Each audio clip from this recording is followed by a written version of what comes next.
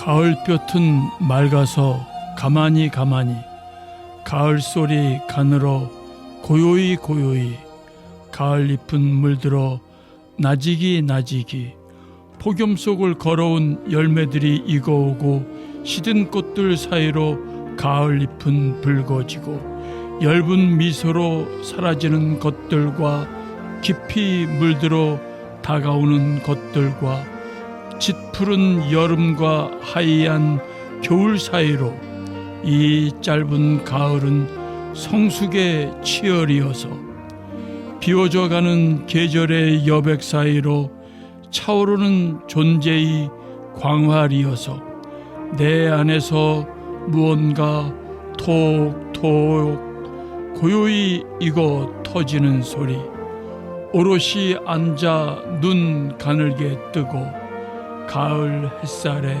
나를 물들였다.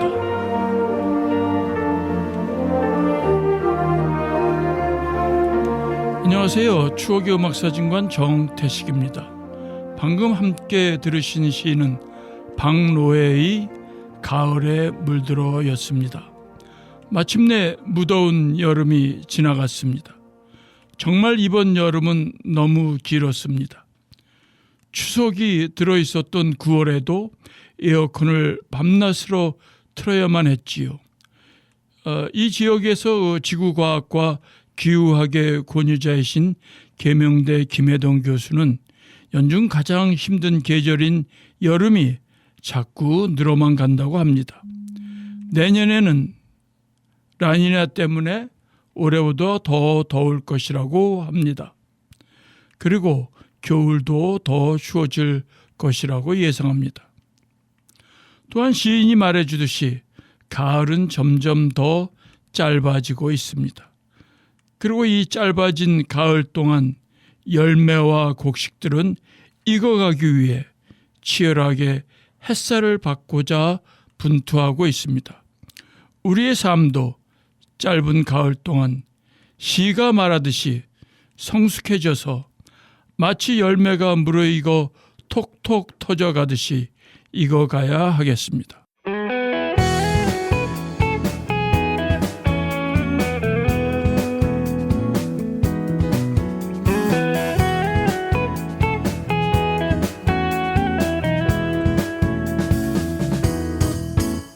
대구 동구 FM 공동체 라디오. 여러분은 지금 대구 동구 FM 공동체 라디오 추억의 음악사진관을 듣고 계십니다.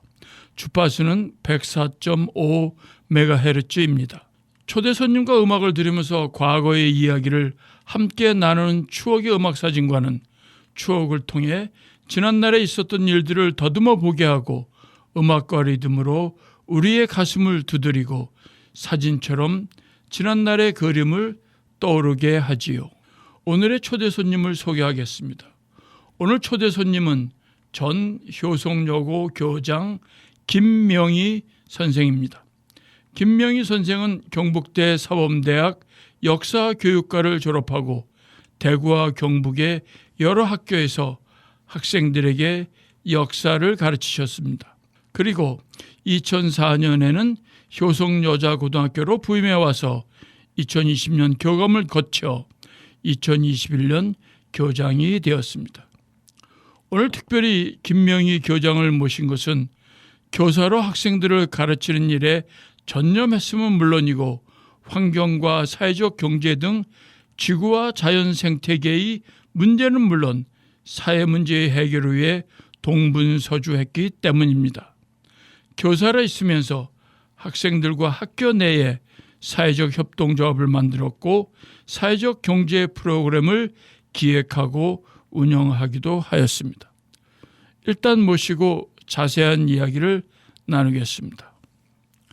김명희 교장 선생님 안녕하세요. 안녕하세요. 반갑습니다. 예, 제가 소개를 드렸는데 충분했는지 모르겠습니다. 네, 제가 소개할 것도 별로 없는 사람인데 교직 40년이라는 것밖에는 없는데 많은 소개를 해 주셔서 감사하기도 하고 또 민망하기도 합니다. 예, 제가 선생님을 처음 뵈었을 때는 교장 선생님이셨는데 언제 은퇴하셨습니까? 올해 2월 29일자로 퇴임을 하였습니다. 아, 예. 네. 그럼 요즘은 어떻게 지내시는지요? 지금까지 8월 말까지죠. 8월 말까지 정말 그 잠을 많이 자면서 휴식을 취하고 하루 이틀 잠을 자는 게 아니라 계속해서 잠을 오래 자도 되는 그런 생활을 참 행복하게 했었는데 그런 중에도 학교가 또 가고 싶어졌습니다. 예. 예. 그래서 뭐 제주도도 보고 울릉도도 보고 강원도도 보고 교육청의 채용 정보를 계속해서 주마다 한 번씩은 계속 검토를 하고 있었는데 마침 이제 원주교육지원청에서 전문 상담 교사를 모집한다고 해가지고 한번 원서를 내봤더니 만 62세 이상도 가능하다 하는데 힘을 얻어서 한번 지원을 했는데 뽑아주셨습니다. 예, 그래서 9월 1일자로 원주교육지원청 위센터에 근무를 시작을 했습니다. 중고등학교 선생님은 62세가 네. 정년이군요. 네, 만 62세. 예. 네. 그리고 지금은 그러면 그 원주 교육지원청. 네. 위센터가 왜 위센터라고 하지요? 이 위센터는 위 프로젝트 안에 위스쿨도 있고 위센터도 있고 또 위클래스도 있는데요. 단위 학교에 있는 상담실이 위클래스입니다. 그 단위 학교들의 위클래스들의 상위 조직이 위센터 해서 교육지원청 소속이고요. 그다음 또 교육청에서 운영하는 위스쿨이라고 해서 대한학교 형식의 그런 학교도 있는데요. 그 교육청 소속의 상담을 전담하는 그 기관이 위센터입니다. 네. 그 퇴직하시고도 네. 다시 직장을 가지셨는데 네. 불행인지 다행인지 네. 주말 부부가 되셨습니다. 맞습니다. 아이고 참. 예.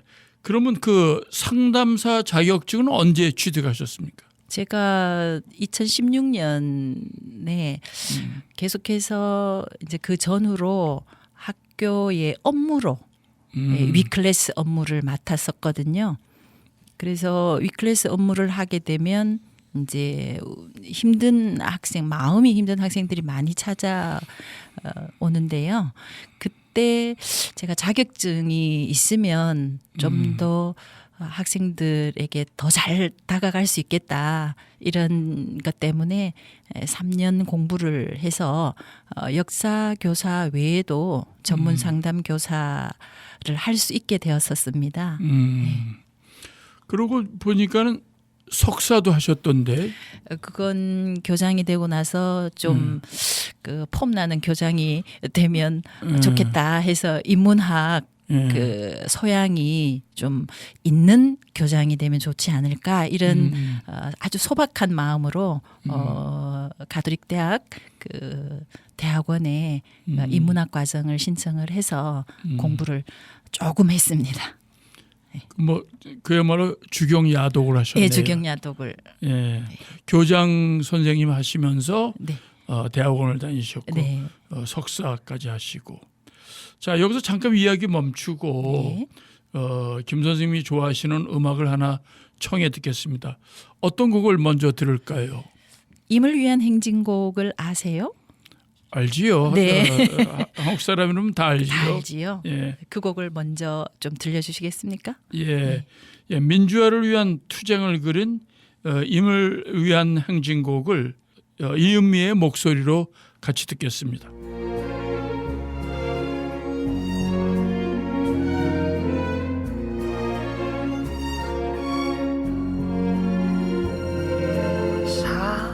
사랑도 명예도 이름도 남김없이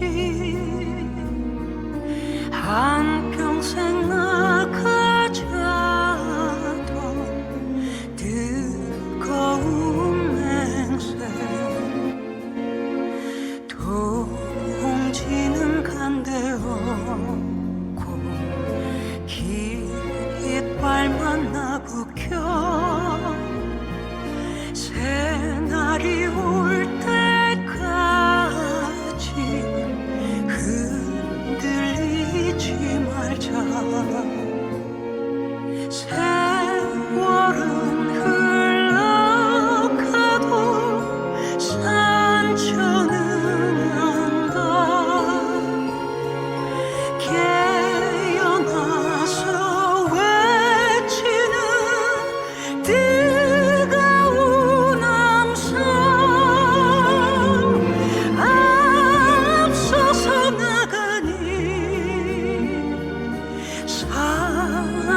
상자여 따르라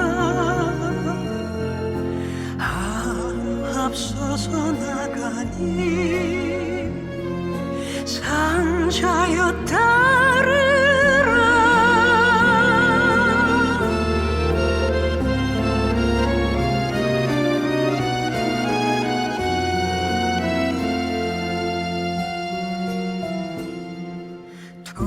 동지는 간대었고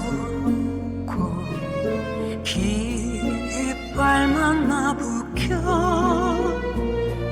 새날이 올 때까지 흔들리지 말자 세월은 흘러가도 상처는 안다 깨어나서 외치는 뜨거운 암살 앞서서 나가니 산자여 따르라 앞서서 나가니 상자여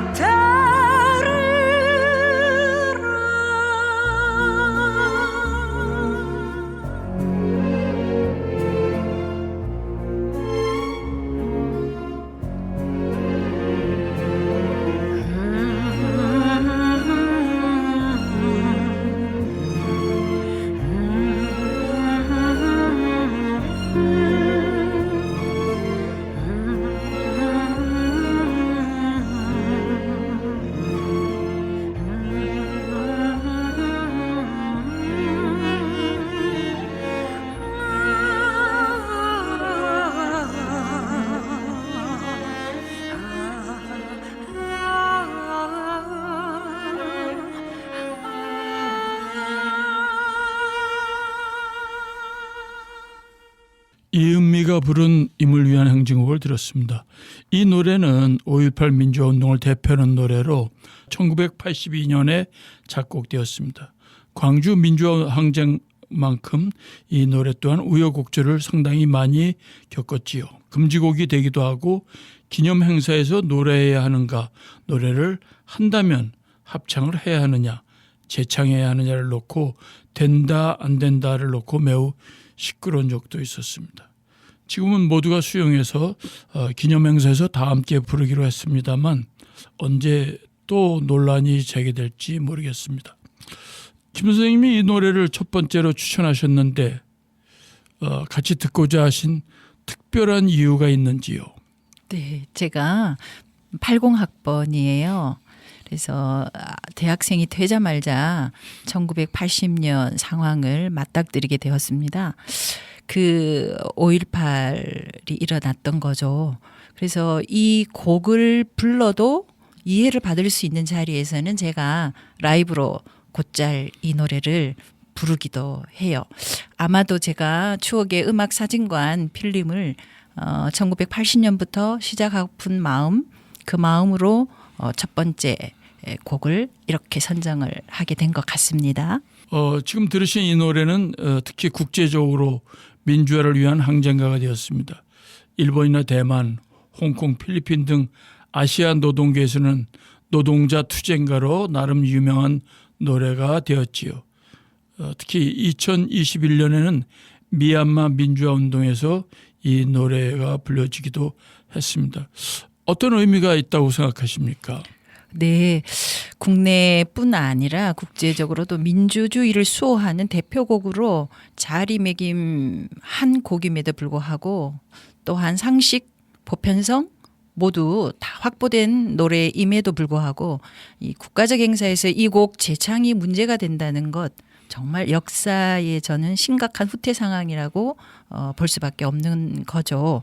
지금 우리 현실을 돌아보면 이 곡 다시 힘차게 부르고 다시 듣고 함께 해야 될 것 같아요. 새로운 5.18이 절실히 필요한 위기 상황이라고 제가 감히 진단을 하고 싶습니다. 예, 민중가요 또는 시위를 위한 노래이면서 이미 한류가 시작되지 않았나 생각합니다. 음악이 가지는 감성의 세계와 또는 세계의 모든 사람이 공유할 수 있는 불의에 저항하는 감성을 임을 위한 행진곡이 담고 있기도 합니다. 하지만 미얀마의 경우 우리나라가 저항운동을 통해 민주주의를 성취했듯이 자기네들도 민주화를 이루고 싶은 욕구도 있기에 임을 위한 행진곡을 가지고 가서 노래를 부르지 않았나 생각합니다. 여기서 개인적인 질문을 좀 드리겠습니다. 김 선생님 고향은 어디신지요? 네, 대구에서 1시간 거리에 있는 경북 영천입니다. 예, 어린 시절은 어떻게 보내셨어요? 기억나시는지요? 네, 중학교 때까지는 영천에서 지냈고요. 예, 고등학교를 대구로 진학을 했었습니다. 그때부터 자취생활을 했는데 참 외로웠었어요. 그래서 정화여고가 제 모교인데요. 예, 그 안에 그 가톨릭 동아리가 만들어져 있어서 가톨릭 동아리 활동도 하고 시쓰기 동아리도 있어서 시쓰기도 하면서 뭐 공부는 두 번째로 하고 예, 시쓰기 많이 하면서 외로움을 달랬던 것 같아요. 그래서 당시 2학년에서 3학년 올라가는 즈음에 아버지가 돌아가셨어요. 그래서 어머니가 혼자 이제 가정 경제를 감당해야 되는 상황이어서 제가 등록금 가장 싸고 취업이 가장 잘 보장되는 학교가 어딜까 해서 경북대 사범대학을 목표로 두고 진학을 하게 되었습니다. 아이고 고생하셨네요. 네. 1980년에 입학을 하셨으면은 그때가 한참 시끄러웠을 때인데 대학교 학창 시절은 어떠셨는지요? 그러게요. 제가 고3 때가 1979년이니까 그때 12.6이 있었고 12.12가 있었던 해죠. 그때 고3 수업 시간에 선생님이 모두 눈을 감고 슬퍼해라 이렇게 이야기하셨던 기억이 나요. 예. 그 무슨 영문인지도 몰랐어요 그때는. 그래서 대학 들어와서 그 일들이 생각나면서 5.18이 일어났었고요. 그래서 이런 역사적 상황들이 계속해서 궁금해져 가지고 3월에 그 대학에서 만난 친구가 있었고 선배들이 있었는데 이제 물어봤습니다. 조금씩 제가 이제 상황 파악을 하게 된 거죠. 그래서 휴교령이 내려지고 학교 문은 굳게 닫혀버렸어요. 그로부터 뭐 몇 달 동안 학교를 가지 못하고 그때 이제 우리나라 역사, 정의, 민주주의 이런 일들에 대한 이런 생각들에 대한 시간 많이 제가 가졌던 것 같습니다. 그중에 시위를 하다가 감옥에 간 친구가 있었어요. 그 친구와 함께 있었다는 이유로 이제 사복 경찰입니다. 사복 경찰이 저에게 와서 알리바이를 이제 조사를 했었거든요. 그 횟집으로 데리고 가더라고요. 횟집에 들어가서 밥을 사주면서 그때 몇 시에 어디에서 누구랑 뭘 했냐를 물어봤는데요. 제 경험으로서는 처음이자 마지막이었는데 무섭기도 했지만 이게 뭘까? 왜 나에게까지 와서 이렇게 시간을 내나? 참으로 짠하다. 그리고 이런 상황이 무엇인지에 대해서 정말 깊이 생각해보는 그런 만감이 교차되었던 그런 일도 있었어요. 그때 1980년의 역사를 저는 몸과 마음으로 생생하게 겪은 80학번으로서의 산증인입니다. 그래서 그때부터 생각을 했죠. 저는 평소에 생각했던 것이 모두 함께 잘 살아야 된다는 사회복지의 이제 삶의 목표가 있었는데 왼손에는 그 카드를 오른손에는 통일, 민주화 이런 카드까지 양손에 장착을 하게 된 것 같아요. 그래서 교직 생활을 40년 하면서 이 두 가지 가치를 학생들에게 어떻게 전달하면 좋을까? 전달하더라도 좀 더 부드럽게, 좀 더 선명하게 전달을 해야 되겠는데 어떻게 하면 좋을까? 그런 궁리를 많이 하면서 이 학교 생활을 했던 것 같습니다.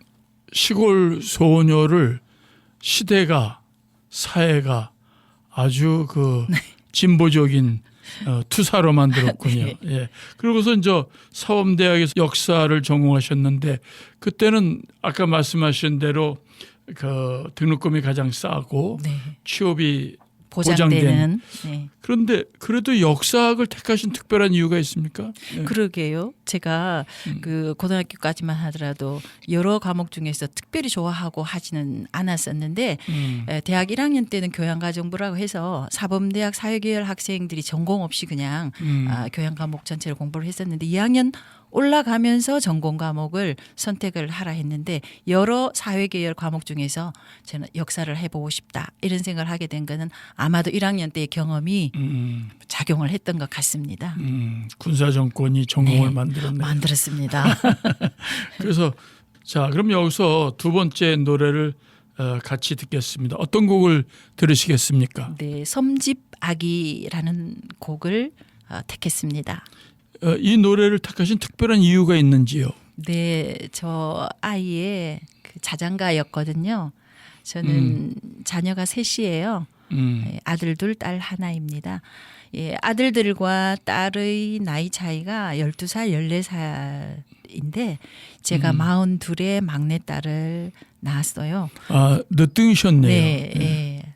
의사 선생님이 당연히 수술할 거라고 이야기를 하시는 것에 제가 기가 막혔죠. 예. 그 순간부터 이상하게 저는 너무너무 기쁨이 일어났었어요. 잉태부터 지금까지 막내딸을 생각하면 룰루랄라 하게 돼요. 예, 아들 둘 교육할 때와는 전혀 다른 감정과 돌봄 방식으로 키우게 됐습니다. 아마도 늦둥이 부모들만이 아는 그런 어떤 것이라 할 수 있는데요. 섬집 아기는 제가 막내딸 자장가로 가장 많이 불러주었던 노래입니다. 아 그렇군요. 42살 때 딸을 출산하셔가지고 네. 참 축하할 일입니다. 네. 자세한 이야기는 음악을 듣고 계속하시지요. 2016년 인천에서 공연한 스페인 밀레니엄 합창단의 노래로 같이 듣겠습니다.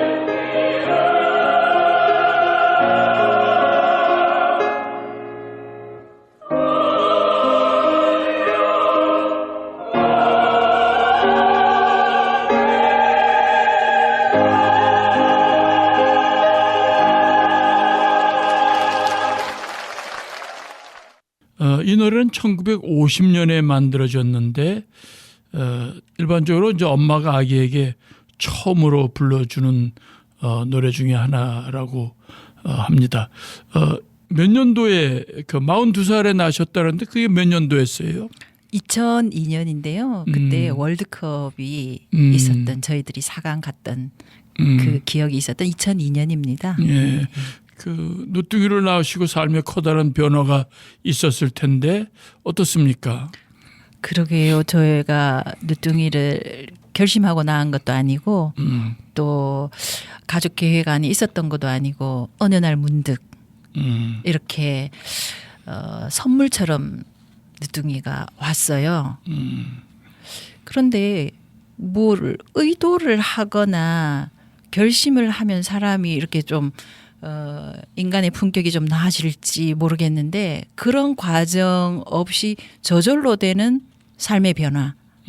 이건 아무리 생각해도 제가 의문이고 이런 것을 기적이라고 하는가 이런 생각이 들 정도였는데 가치관의 역전이 굉장히 컸습니다.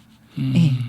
세상 고민을 혼자 다 이고지고 살았었어요. 제가 참으로 부정적이고 비관적이고 남 탓으로 일관했던 너 때문에 그래라고 했던 제가 모든 것이 제 탓이오가 되더라고요. 네. 그럼에도 불구하고 할 수 있어. 긍정 마인드.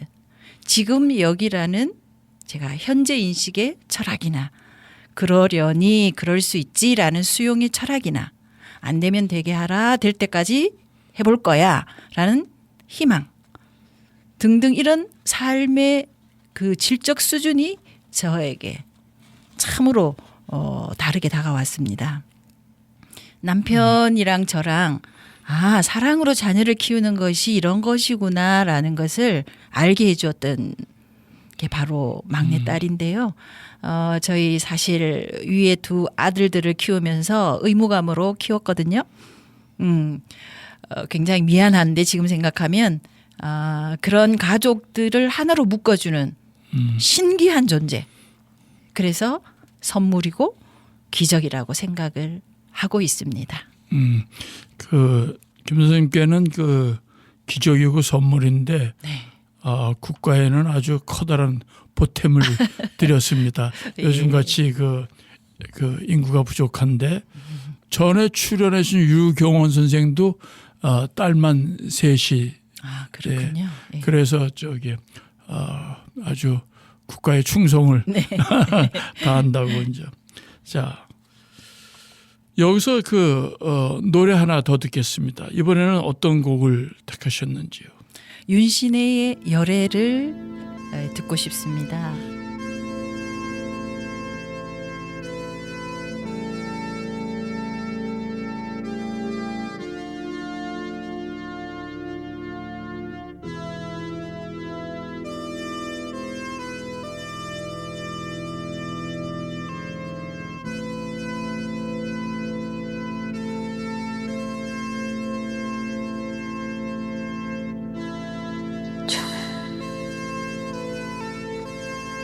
마음을 침실하는 달처럼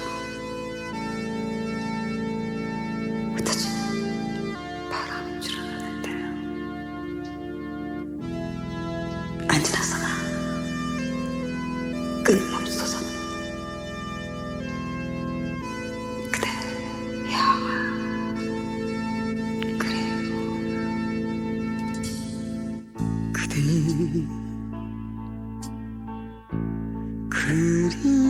그림자였어요.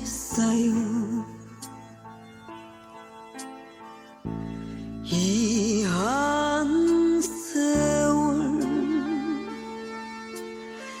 그대와 함께 하나님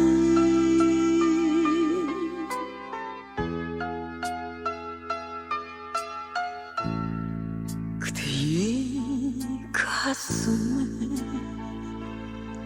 나는 꽃처럼 영롱한 별처럼 찬란한 진주가 되리라 그리고 이 생명 다하고 이 생명 다하로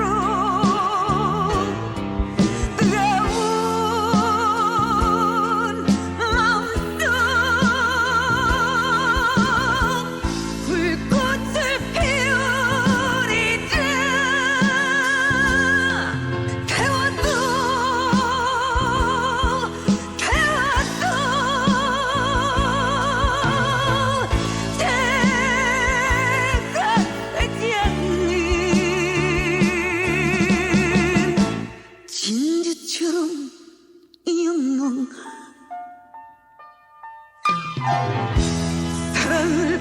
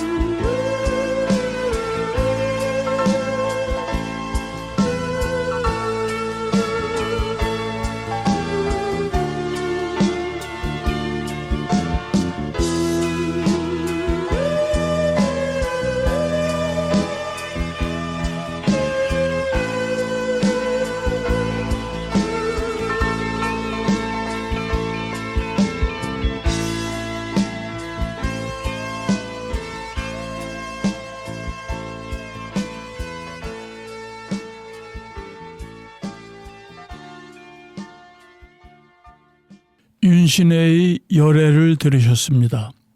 이 노래는 원래 1979년에 나온 윤신혜의 1집 노래인데 제가 군대 시절에 들었던 노래입니다. 김 선생님은 이 곡을 좋아하시게 된 특별한 이유가 있는지요? 네, 저 윤신의 이 열애는 이태석 신부님과 아주 밀접하죠. 그 이야기를 잠깐 들려드려도 될까요? 예. 현재 그 윤신혜는 제가 보니까 73세인데 조금 있으면 서울에서 단독 콘서트도 한다고 해요. 예. 너무 가고 싶습니다. 예. 근데 왜 이태석 신부님과 관계가 있냐면은 그 잘 아시죠? 이태석 신부님은. 예. 아우, 너무 훌륭하신 분이라서 감히 말씀드리기도 그러한데요. 예, 그분 대장암으로 돌아가셨잖아요. 예. 2010년에 초췌한 모습으로 투병하실 때 병원 뜰락에서 이 곡을 아마도 마지막으로 부르셨던 것 같아요.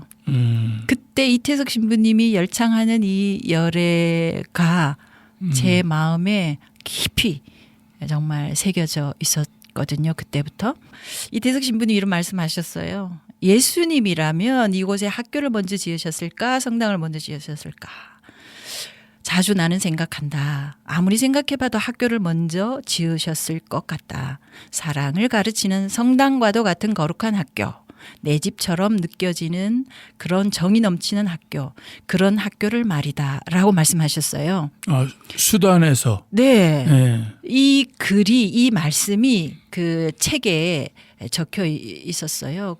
읽는 순간에 저는 원래 학교를 너무도 사랑하지만 이 학교에 대한 생각이 저와 명확하게 일치하는 순간이었고요. 그때부터 이태석 신부님 제 1호 애인이 되셨어요. 남편은 어떻게 하시고? 아이고, 남편 조금 뒤에 가라 하고요. 그래서 제 삶의 자리인 학교 현장과 성당에서 학생들에게 이태석 신부님을 더 많이 알리고 그의 삶을 함께 실천하자, 이런 의미에서 봉사단을 만들었어요. 그 봉사단 이름이 별별 봉사단이었거든요. 별별. 네. 왜 그렇게 지었어요? 별의 별 봉사를 우리가 다 해보자. 그래서 처음에는 10명으로 시작했는데 100명이 넘었어요. 그래서 학생들이 여러 재능들을 다 발휘해서 사회단체로 가서 그 복지단체로 가서 노래도 불러드리고 춤도 같이 추고 또 용돈을 모아서 기부도 하고 그렇게 학생들과 함께 봉사단 활동을 했던 것이 저는 너무나 기억에 남고 또 그게 교사로서의 삶에 어떤 감사함이라고 할까요? 그래서 신부님의 사랑과 나눔의 삶을 실천할 수 있도록 애를 좀 많이 썼습니다. 예. 네. 우리가 살면서 한두 명의 멘토를 두는데 김 선생님은 아주 훌륭한 멘토를 두셨습니다. 맞습니다. 예. 여기서 네 번째 노래 듣겠습니다. 이번에는 어떤 곡을 듣고자 하시는지요? 송 프란치스코의 태양의 창가 들려주시면 고맙겠습니다. 이 노래를 좀 소개를 좀 해주시죠. 네, 성 프란치스코가 1225년에 만든 68행의 이탈리아어로 된 시에 이탈리아 작곡가, 영화 감독 리츠 오톨라니가 곡을 붙인 것인데요. 프란치스코 성인을 그린 영화의 주제곡이기도 합니다. 네, 형제, 태양, 자매, 달을 의미하는 그런 곡입니다. 예, 오늘은 김규화, 잔마리 수녀님 그리고 추준호, 에레미야가 부른 노래를 같이 듣겠습니다.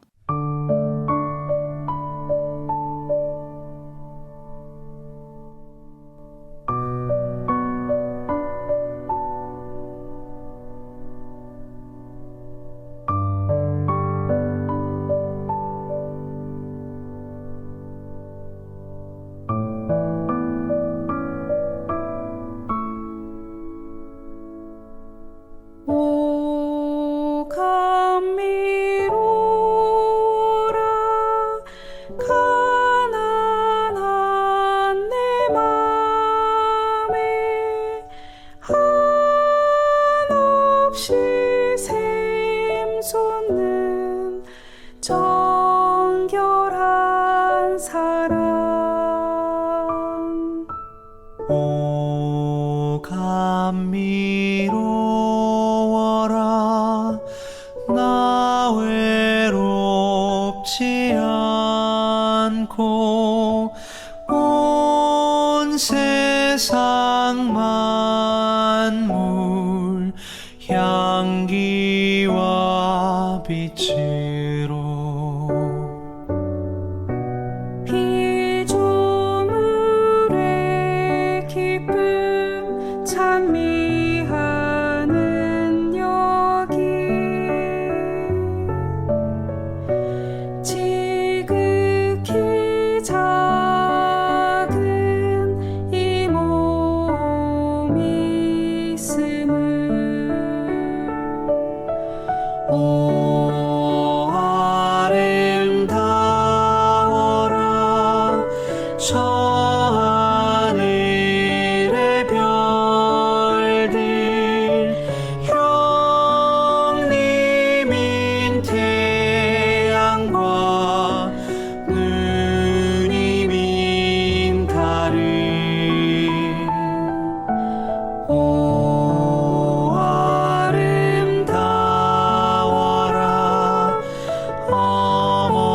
어머니신 땅과 과일과 꽃들 바람과 불 갖가지 생명 적시는 물결 이 모든 신비가 주 찬미 찬미로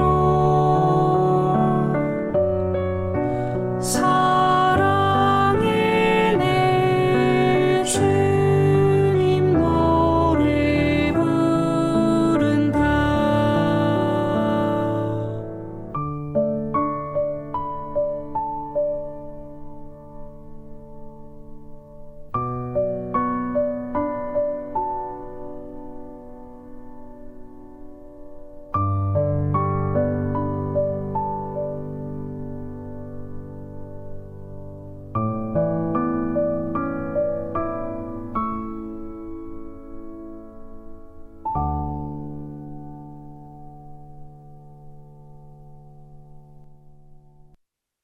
성가 태양의 창가를 들었습니다.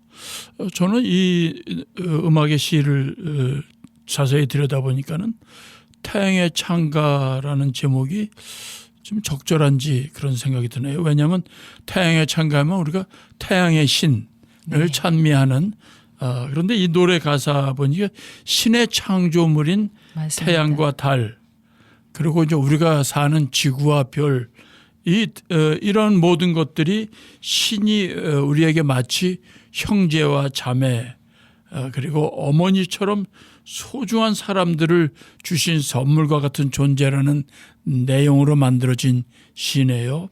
그 영어로 이제 제목이 브라더 선 시스터 문 이런 식으로 되어 있어요.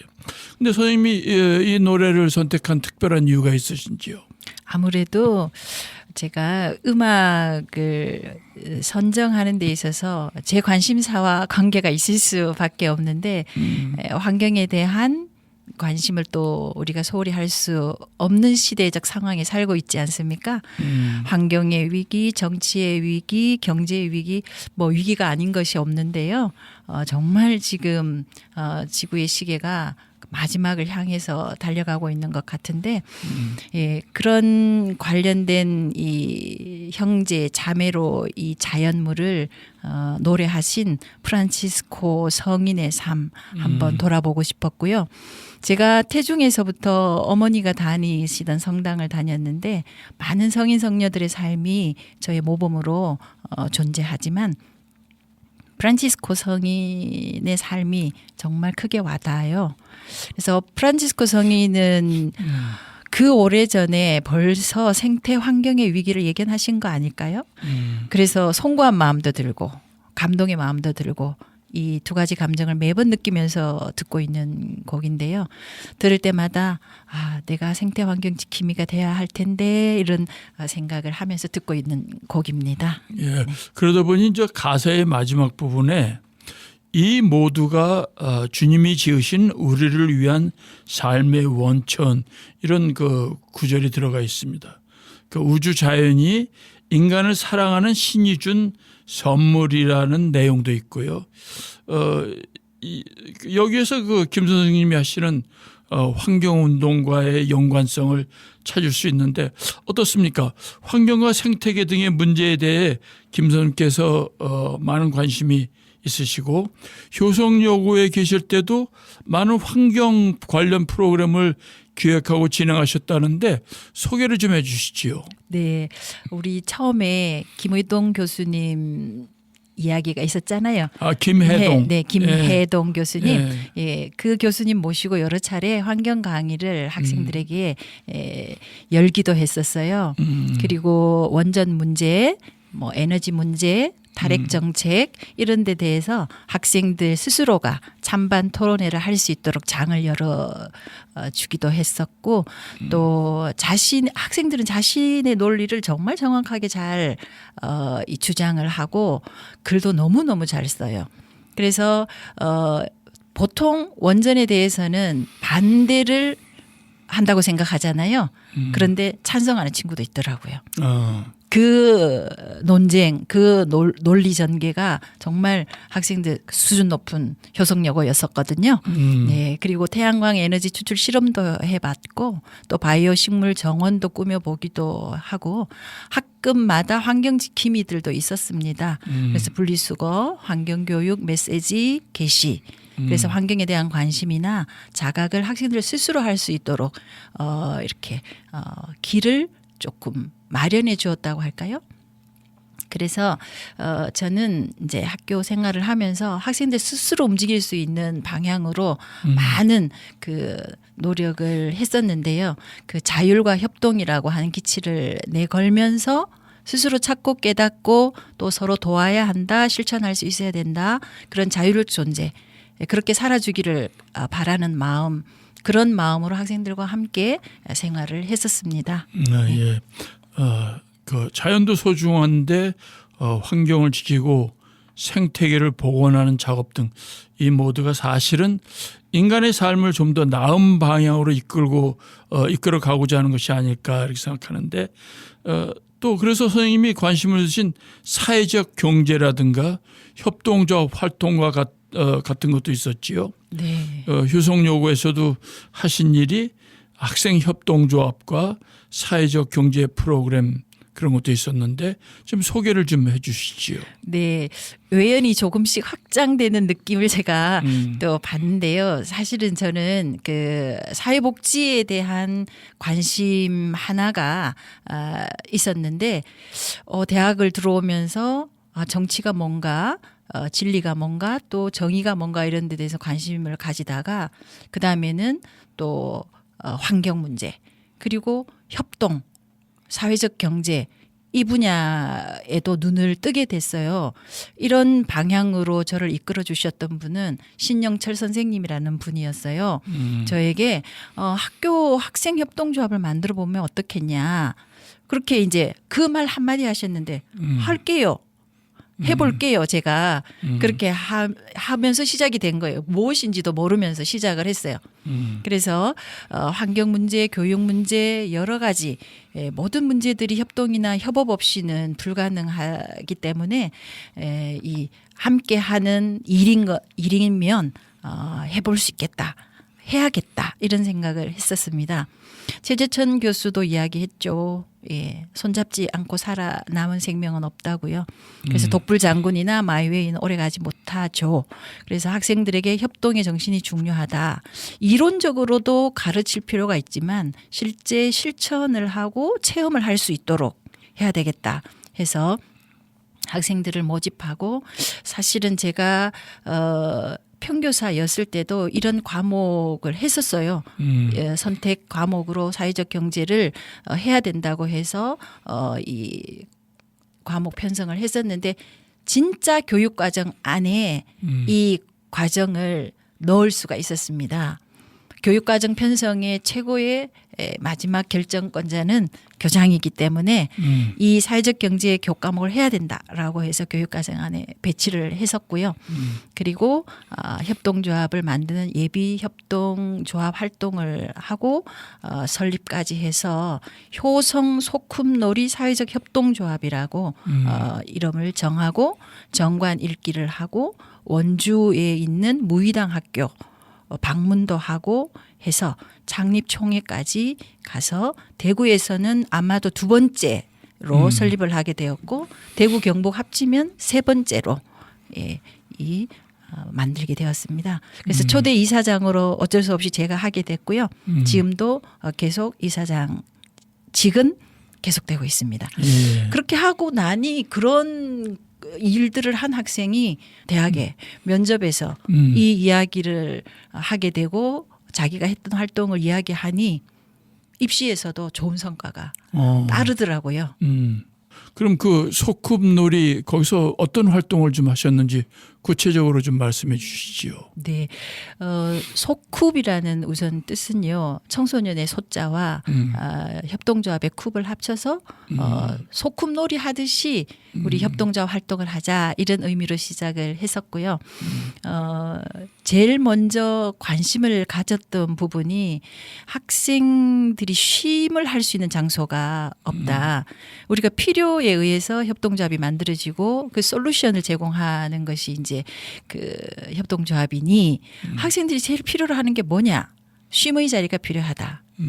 그래서 공간을 만들었습니다. 그 이름은 매점이라는 공간이지만 거기에 와서 쉬어라. 그래서 그런 공간 만들면서 그럼 여기에서 뭐 먹으면 더 좋겠네 해가지고 또 이 물건도 좀 거기에 이제 비치를 해서 학생들이 필요로 하는 간식거리나 문구류 같은 거를 팔 수 있었는데 무인으로 운영했어요. 무인으로 아무도 없어요. 그래서 이제 그 계산하는 곳만 있고 그래서 뭐 누수가 생길 수도 있지만 여기에서 스스로의 신뢰 자산을 키워나가는 그런 장으로서의 역할도 하자 해서 알아서 계산을 하고 알아서 물건을 가져가는 그런 이제 장이 협동조합 장이 만들어진 것이 가장 큰 변화고요. 그리고 이론적으로는 이제 한 달에 한 번 와서 이제 협동조합 교육도 받고 그다음 실제로 그 협동조합 대구에 있는 그 기관들을 항상 찾아가서 직접 가서 배우고 오는 그런 활동을 체험 활동을 많이 했는데요. 그 지금 대구에 갔던 곳이 한 4군데 정도 되는데 갔다 와서는 여러 학생들 앞에서 발표도 하고 해서 아 이런 의료협동조합이 있구나, 이런 먹거리 협동조합이 있구나, 그리고 뭐 성소수자들을 위한 그런 협동조합들도 있구나, 이렇게 알게 되는 과정. 아이들이 눈이 반짝반짝거리는 그런 모습에서 아 제가 하는 일이 의미가 있는 것이구나 스스로 뭐 자부하죠. 예. 네. 자, 이제 마지막으로 김 선생님께서 이제 택하신 곡 중에 마지막으로 노래를 들어야 하는데 어떤 곡을 선택하셨습니까? 영화 갈매기의 꿈에 나오는 그 OST인데요. B라고 하는 곡입니다. 닐 다이아몬드의 곡인데요. B.E. 예, B. 예. 예, 존재하라. 예. 예, 하는 그런 곡인데요. 이런 말씀드리면 또 어떻게 생각하실지 모르겠고 이 방송 들으시는 분은 뭐지라고 하실 수도 있는데 제 나름의 종교 철학이 있어요. 제가 사고할 수 있는 범위 안에서 가톨릭 종교 안에서 배운 바를 저는 제 방식으로 해석하고 실천을 하고 있어요.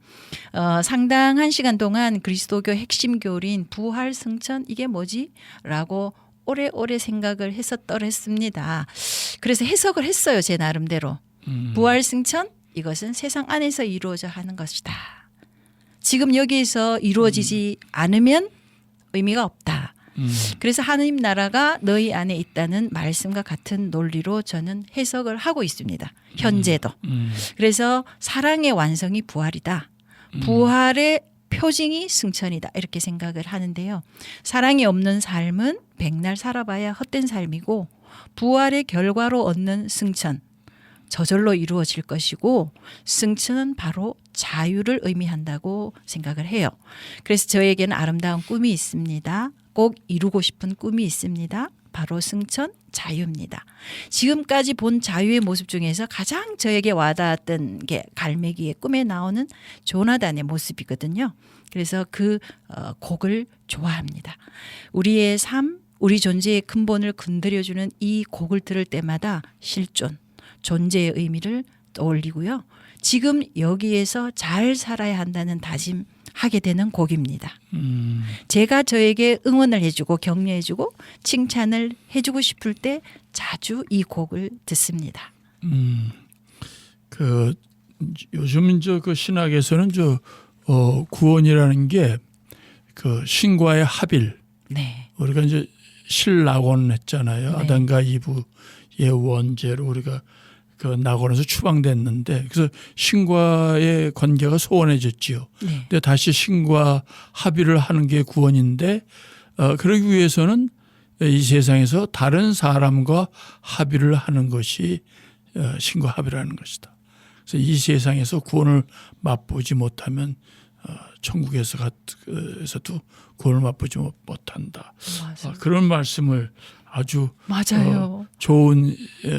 근데 요즘은 이제 사람마다 다 자기 나름대로 삶의 의미 체계를 스스로 만들어가는 거기 때문에 그 1960년대에 그 토마스 루크만이라는 그 종교사회학자가 현대사회의 종교는 그 교회나 성당, 절 이런 그 제도적인 종교가 아니라 개인이 자기의 삶의 의미 체계를 만들어가는 보이지 않는 종교라고 했습니다. 네. 선생님은 그 스스로 삶의 의미 체계를 아주 잘 만드셨네요. 감사합니다. 훌륭하십니다. 감사합니다. 네. 이 노래는 저 방송 마지막에 듣겠습니다. 네. 자, 이제 마칠 시간입니다. 오늘 초대 손님으로 전 효성여자고등학교 교장을 역임하신 김명희 선생을 모시고 음악도 듣고 여러 가지 활동에 관해서 그리고 선생님의 그 삶의 철학에 대해서도 이야기를 나누었습니다. 방송이나 인터뷰 경험이 많으실 텐데 오늘 방송 어떠셨는지요?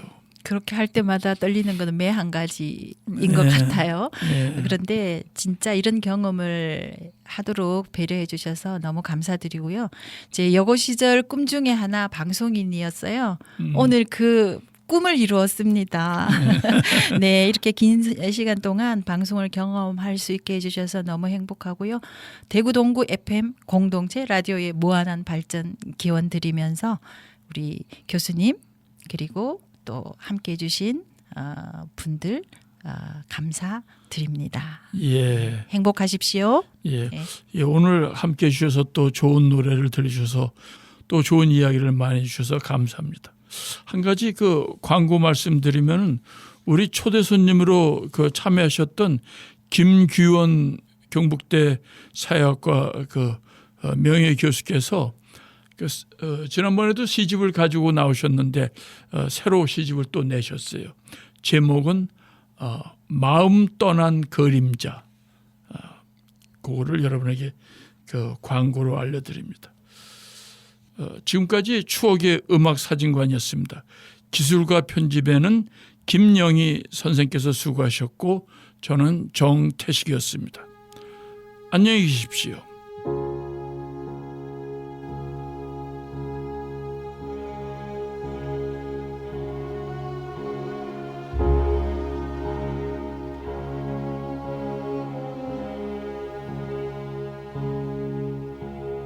Lost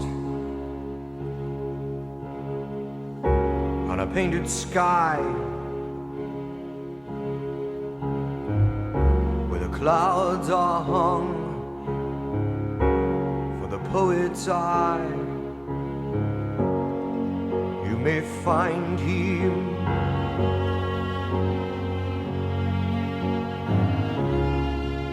if you may find him there on a distant shore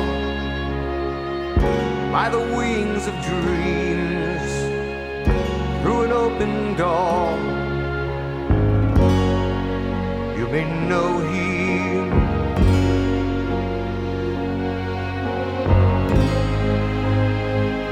if you may.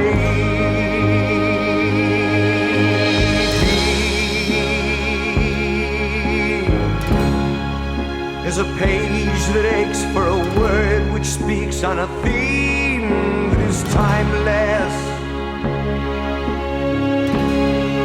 while the sun god will make for your day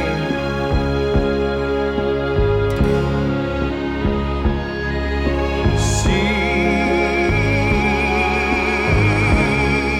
as a song in search of a voice that is silent.